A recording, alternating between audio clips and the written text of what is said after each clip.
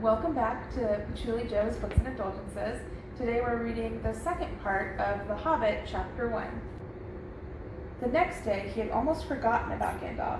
He did not remember things very well unless he put them down on his engagement tablet. Like this: Gandalf, tea, Wednesday. Yesterday he had been too flustered to do anything of the kind. Just before tea time there came a tremendous ring on the front doorbell, and then he remembered. He rushed to put on the kettle and put out another cup and a saucer and an extra cake or two and ran to the door. "I'm so sorry to keep you waiting," he was going to say, but then he saw that it was not Gandalf at all. It was a dwarf with a blue beard tucked into a golden belt and very bright eyes under his dark green hood. As soon as the door was opened, he pushed inside, just as if he had been expected. He hung his hooded cloak on the nearest peg and said, "Dwalin, at your service," with a low bow. "Bilbo Baggins at yours," said the Hobbit, too surprised to ask any questions at the moment. When the silence that followed had become uncomfortable, he added, "I am just about to take tea. Pray, come and have some with me." A little stiff, perhaps, but he meant it kindly. And what would you do if an uninvited dwarf came and hung his things up in your hall without a word of explanation?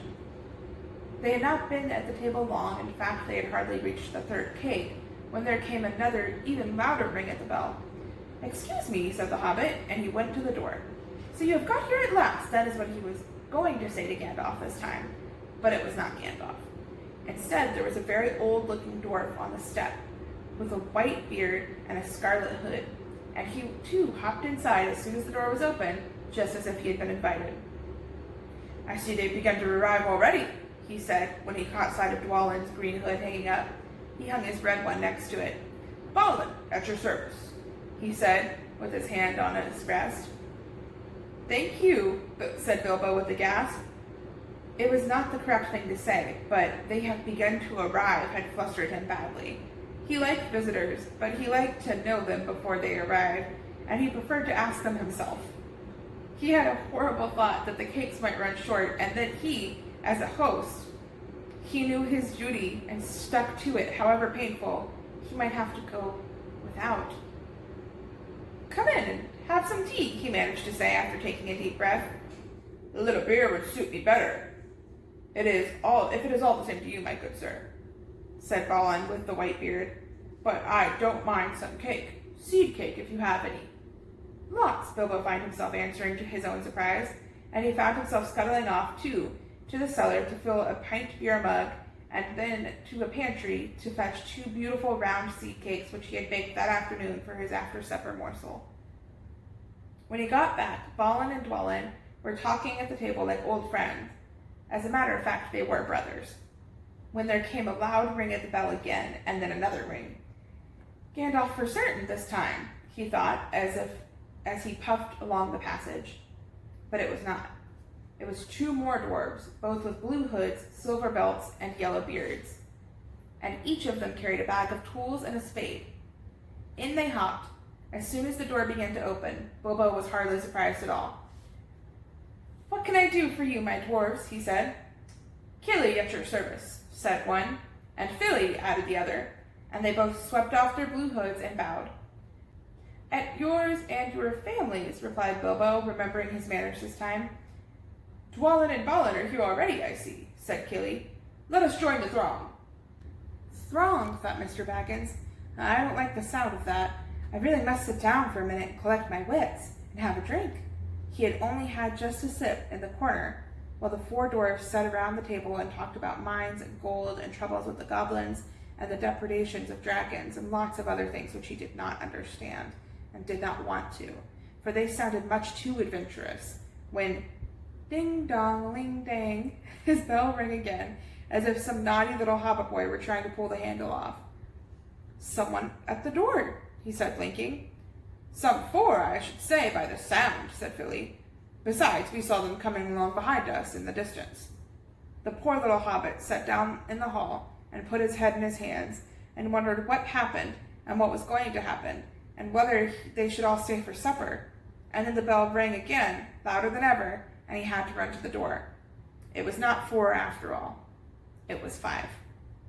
Another dwarf had come along while he was wandering in the hall.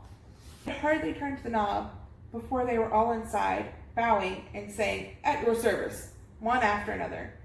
Dori, Nori, Ori, Oin, and Goin were their names, and they were very soon 2 purple hoods, a gray hood, a brown hood, and a white hood were hanging on the pegs, and off they marched with their broad hands stuck in their gold and silver belts to join the others. Already it had almost become a throng. Some called for ale, and some for porter, and one for coffee, and all of them for cakes. So the Hobbit was kept very busy for a while. A big jug of coffee had just been set in the hearth, and the seed cakes were gone, and the dwarves were starting on a round of buttered scones when there came a loud knock. Not a ring, a hard rat tap on the Hobbit's beautiful green door. Somebody was banging with a stick. Bilbo rushed along the passage, very angry and altogether bewildered and beweathered. This was the most awkward Wednesday he had ever remembered. He pulled open the door with a jerk, and they all fell in, one on top of another. More dwarfs, 4 more, and there was Gandalf behind, leaning on his staff and laughing. He had made quite a dent on the beautiful door. He had also, by the way, knocked out the secret mark that he had put there the morning before. "Carefully, carefully," he said. "It's not like you, Bilbo, to keep friends waiting on the mat and then open the door like a pop gun. Let me introduce Bifur, Bofur, Bumper, and especially Thorin." "At your service," said Bifur, Bofur, and Bumper, standing in a row. Then they hung up 2 yellow hoods and a pale green one, and also a sky blue one along with a silver tassel that belonged to Thorin, an enormously important dwarf. In fact, no other than the great Thorn Oakenshield himself, who was not at all pleased at falling flat on Bilbo's mat with Bifur, Bofur, and Bumper on top of him. For one thing, Bumper was immensely fat and heavy. Thorin, indeed, was very haughty, and he said nothing about service. But poor Mr. Baggins said he was sorry so many times that at last he grunted, "Pray don't mention it," and stopped frowning. "Now we are all here," said Gandalf, looking at the row of 13 hoods, the best dispatchable party hoods, and his own hat hanging on the pegs. "Quite a merry gathering. I hope there is something left for the latecomers to eat and drink. What's that? Tea? No, thank you. A little red wine, I think, for me." "And for me," said Thorin. "And raspberry jam and apple tart," said Bifur. "And mince pies and cheese," said Bofur. "And pork pie and salad," said Bumper. "And more cakes and ale and coffee, if you don't mind," called all the other dwarves through the door. "Put on a few eggs, there's a good fellow," Gandalf called after him, as the hobbits stumped off to the pantries. "And just bring out the cold chicken and pickles." "Seems to know as much about the inside of my larders as I do myself," thought Mr. Baggins, who was feeling positively flummoxed, and was beginning to wonder whether a most wretched adventure had not come right into his house. By this time he had got all the bottles and dishes and knives and forks and glasses and plates and spoons and things piled up on big trays. He was getting very hot, red in the face, and annoyed. "Confiscate and bother these dwarves," he said aloud. "Why don't they come lend a hand?" Lo and behold, there stood Balin and Dwalin at the door of the kitchen, and Fili and Kili behind them. And before he could say knife, they had whisked the trays and a couple of small tables into the parlor and set everything out afresh. Gandalf sat at the head of the party with the 13 dwarves all around, and Bilbo sat on a stool at the fireside nibbling at a biscuit. His appetite was quite taken away, and trying to look as if this was all perfectly ordinary and not in the least an adventure. The dwarves ate and talked, and time got on, and at last they pushed their chairs back, and Bilbo made a move to collect the plates and glasses. "I suppose you will all stay for supper," he said in his most unpressing of tones. "Of course," Thorin said, "and after. We shan't get through all the business till late, and we might have some music first now, to clear up." Thereupon the 12 dwarves, not Thorin, he was too important, he stayed talking to Gandalf, jumped off to their feet and made tall piles of the things. Off they went, waiting for trays, balancing columns of plates, each with a bottle on top with one hand, while the hobbit ran after them, almost squeaking with fright. "Please be careful, and please don't trouble. I can manage," but the dwarves only started to sing. Now, I will not sing, because you don't want that, but I will read to you the song that they sing. Chip the glasses and crack the plates, blunt the knives and bend the forks. That's what Bilbo Baggins hates. Smash the bottles and burn the corks. Cut the cloth and tread on the fat. Pour the milk on the pantry floor. Leave the bones on the bedroom mat. Splash wine on every door. Dump the crops in a boiling bowl. Pound them up with a thumping pole. And when you've finished, if any are whole, send them down the hall to roll.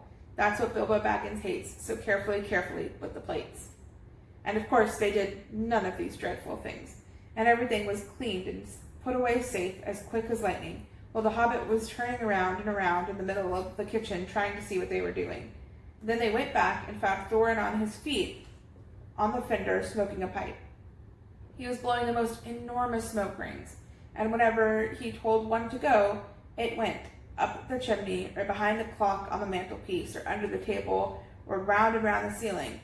But wherever it went, it was not quick enough to escape Gandalf. Pop! He sent a smaller smoke ring from his short clay pipe straight through each one of Thorin's. Then Gandalf's smoke ring would go green and come back to hover over the wizard's head. He had a cloud of them about him already, and in the dim light, it made him look strange and sorcerous. Bilbo stood still and watched. He loved smoke rings. And then he blushed to think about how proud he had been yesterday morning of the smoke rings that he had sent up the wind over the hill. Now for some music. Bring out the instruments. Philly and Killy rushed for their bags and brought back little fiddles. Dori, Nori, and Ori brought out flutes from somewhere inside their coats. Bombur produced a drum from the hall. Bifer and Beaufort went out too, and came back with clarinets that they had left among their walking sticks. Dwalin and Balin said, "Excuse me, I left mine on the porch." "Just bring mine in with you," said Thorin. And they came back with fowls? I don't instrument, guys. As big as themselves, and with Thorin's harp wrapped in green cloth. It was a beautiful golden harp, and when Thorin struck it, music began all at once, so sudden and sweet that Bilbo forgot everything else, and was swept away into the dark lands under the strange moons, far over the water, and far from his hobbit hole under the hill. The dark came into the room from the little window that opened in the side of the hill, and the firelight flickered.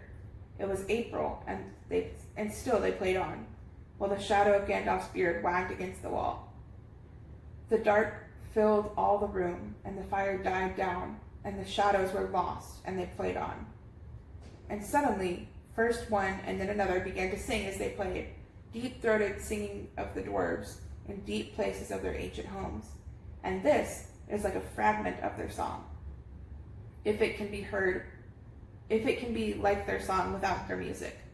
Once again, I am not going to sing, but there's a really great movie version of just this song. The rest of the movies are, but really great movie version of this song that you can look up, because I'm not going to sing it, but I will read it. Far over the misty mountains cold, the dungeons deep and caverns old, we must away ere break of day to seek the pale enchanted gold.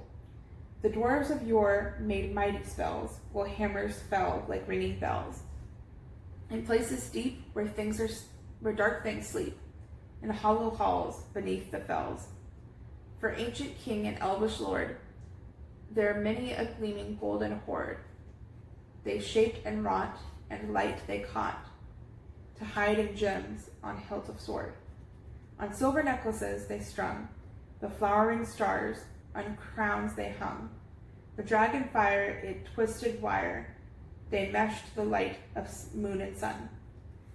Far over the misty mountains cold, to dungeons deep and caverns old, we must away ere break of day, to claim our long forgotten gold. Goblets they carved fair for themselves, and harps of gold where no man dealt. There lay they long, and many a song was sung unheard by man or elves. The pines were roaring it on the height, the winds were moaning in the night. The fire was red, it flaming spread, the trees like torches blazed with light. The bells were ringing in the dale, and men looked up with faces pale. The dragon's ire, more fierce than fire, lay below their towers and houses frail. The mountain smoked beneath the moon. The dwarves, they heard the tramp of doom. They fled their hall to dying fall, beneath his feet, beneath the moon.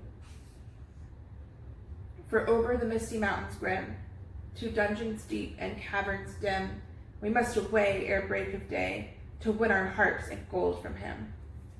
As they sang, the hobbit felt the love of beautiful things made by hands and by cunning and by magic moving through him. A fierce and jealous love, the desire of the hearts of the dwarves. Then something tookish woke up inside of him, and he wished he could go and see the great mountains, and hear the pine trees and the waterfalls, and explore the caves, and wear a sword instead of a walking stick. He looked out the window. The stars were out in a dark sky above the trees. He thought of the jewels of the dwarves shining in caverns. Suddenly, in the wood beyond the water, a flame leapt up, probably somebody lighting a wood fire. And he thought of plundering dragons settling on his quiet hill and kindling it all to flames. He shuddered, and very quickly he was plain Mr. Baggins of Bag End, Underhill again.